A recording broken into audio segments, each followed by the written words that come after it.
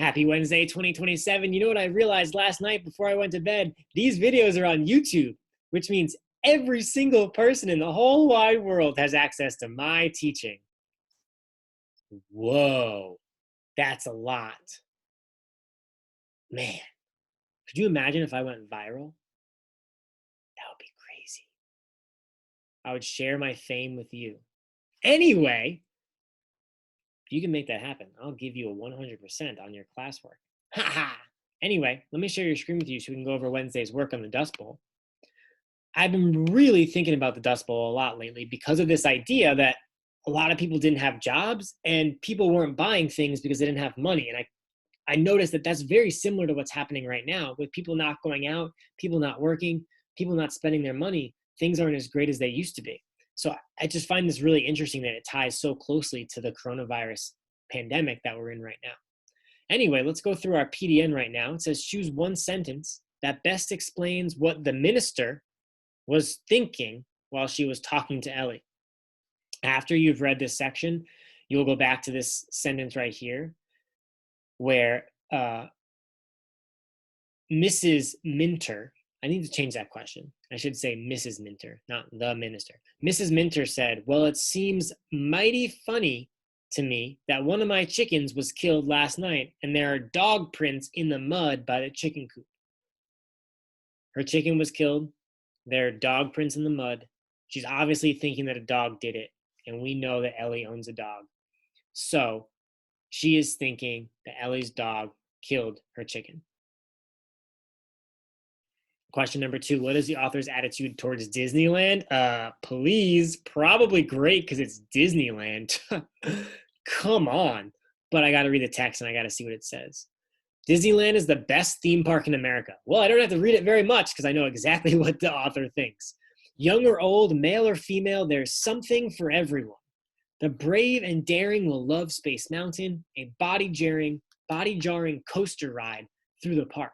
Little kids enjoy spinning on giant-sized teacups. Teens favor realistic haunted house theme to match the movie The Nightmare Before Christmas. A, the haunted house is the best attraction. Doesn't say it. Mentions the haunted house. Doesn't say it's the best. There is something at Disneyland for everyone to enjoy. Probably. He talks about adults, talks about kids, talks about teens. Children should not ride Space Mountain. Doesn't say that. It actually says that adults will enjoy it, it says that the brave and daring people will enjoy it, but it doesn't say kids can't ride it. There are no adults allowed to ride the spinning teacups. I'm pretty sure you're allowed to ride the spinning teacups as an adult because I will ride the spinning teacups when I go to Disneyland because they're awesome. I'm going to go ahead and go with B. There's something at Disneyland for everyone to enjoy. And last question, question number 3. Which of the following is a discriminatory statement? And I give you the definition of discriminate, which is negative. When you discriminate against someone or something, it's a negative thing. It usually means you're thinking that they have to do something that they shouldn't do. So you're basing it off of someone's gender or someone's race. So let's see. All kids should try this delicious cereal. It's not saying all kids eat cereal, so it's not really discriminating against anyone in a negative way. No one should miss the movie of the year. That's not discriminatory. All girls should learn to cook and clean. That is a statement based off of gender that might not necessarily be true. Why do they all have to learn to cook and clean? That doesn't make sense to me. All parents should buy this book for their children. It talks about parents, but I'm not offended. It doesn't feel negative when someone tells me I should buy a book, but it would feel offensive to someone if they're a girl and you say they have to learn to cook and clean. That doesn't make any sense. So we're going to go ahead with C. That's a discriminatory or a negative statement that is inaccurate or not true. Go ahead and click next. Really excited for you guys to keep going and reading about the Dust Bowl. Just in case you forgot, I told you need to write the gist for this text. This should be a 1 to 2 sentence summary of the whole text.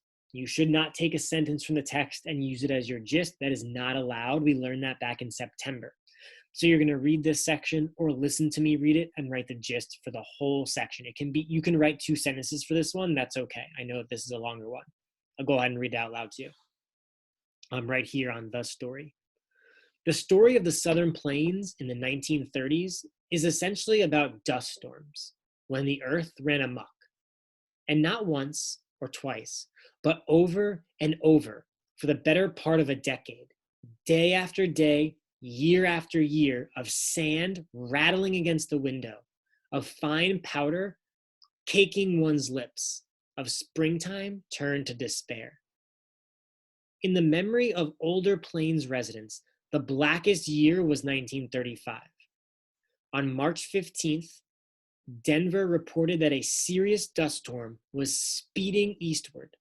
Kansas ignored the radio warnings, went about their business as usual, and later wondered what had hit them. Small town printer Nate White was at the picture show when the dust reached Smith Center. As he walked out the exit, it was as if someone had pulled a blindfold over his eyes. He bumped into telephone poles, skinned his shins on boxes and cans in the alleyway, fell to his hands and knees, and crawled along the curbing to a dim house light. Livestock and wildlife, livestock is like cattle, did not have even crude defenses. In a rising sandstorm, wrote Margaret Bork White, cattle quickly became blinded. They run around in circles until they fall and breathe so much dust that they die. Autopsies show their lungs caked with dust and mud. So think about all that dust that they're breathing in. Avis Carlson told what it was like at night. A trip to water to rinse the grit from our lips, and then back to bed with washcloths over our noses. We try to lie still because every turn stirs the dust on the blankets. After a while, for good sleepers, we forget. Go ahead and write your 1 to 2 sentence summary of the whole text right there. What is this about, or who is this about, and what is happening? Where, when, or why? Moving on. What does the author mean when he says the earth ran amok? Does the author mean the earth went on a run? The earth was destroyed, or the earth acted crazy? It is right up here in this sentence that says the story of the Southern Plains in the 1930s is essentially about dust storms when the earth ran amok. Question number 2 for this text: what problem was shared by both people and cattle? You must answer in a complete sentence. For example, I would say the problem shared by both cattle and people was, and then tell me what a problem they both shared was by going back into the text and seeing what they both shared.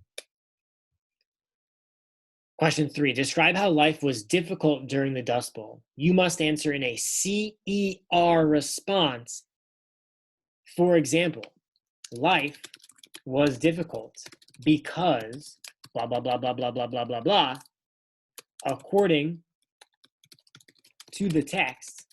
It says, some of you are like just giving text evidence. You're not saying according to the text, you're just putting quotes and writing it. That is not how we taught you to write it. You can type that in. Even if you're on a phone, I know you can text a lot, so you can type a lot with your thoughts. Trust me, you can do it.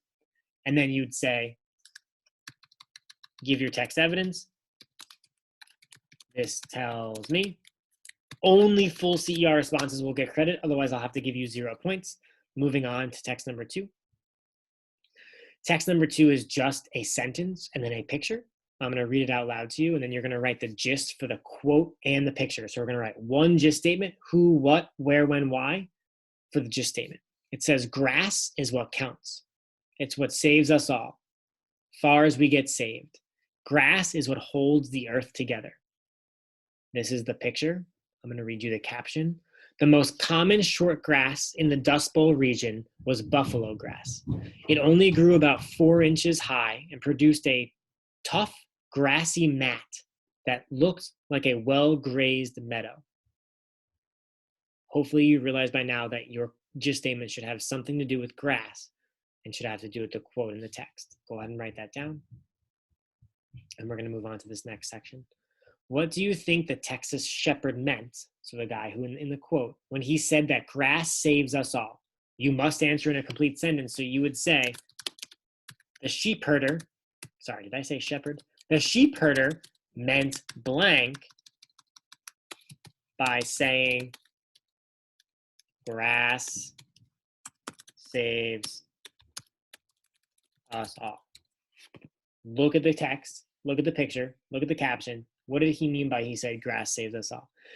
The sheep herder also says that grass holds the earth together. What does he mean? The sheep herder means blank when he says grass held the earth together. If you get stuck, think about what it would mean for the ground. If there's no grass there, what is there instead? Think about what we're reading about. If there's no grass there, what is there instead? The visual above is a typical view of the grass described by Chase, or the sheep herder. What is likely to happen once the grass is removed to plant crops? You must answer in a full and complete sentence. So what is likely to happen when the grass is removed so that farmers can plant crops? When farmers plant crops, the grass, and tell me what will happen to the grass. Once you remove the grass, what's going to happen to the ground? What's going to happen once the grass is removed? When you're done, you can submit that and you can move on. Hope you guys had a great Wednesday. Finish up your classwork with high quality so we can win that homeroom challenge for this week. Stay classy, Chicago. I will see you guys tomorrow. Have a great night.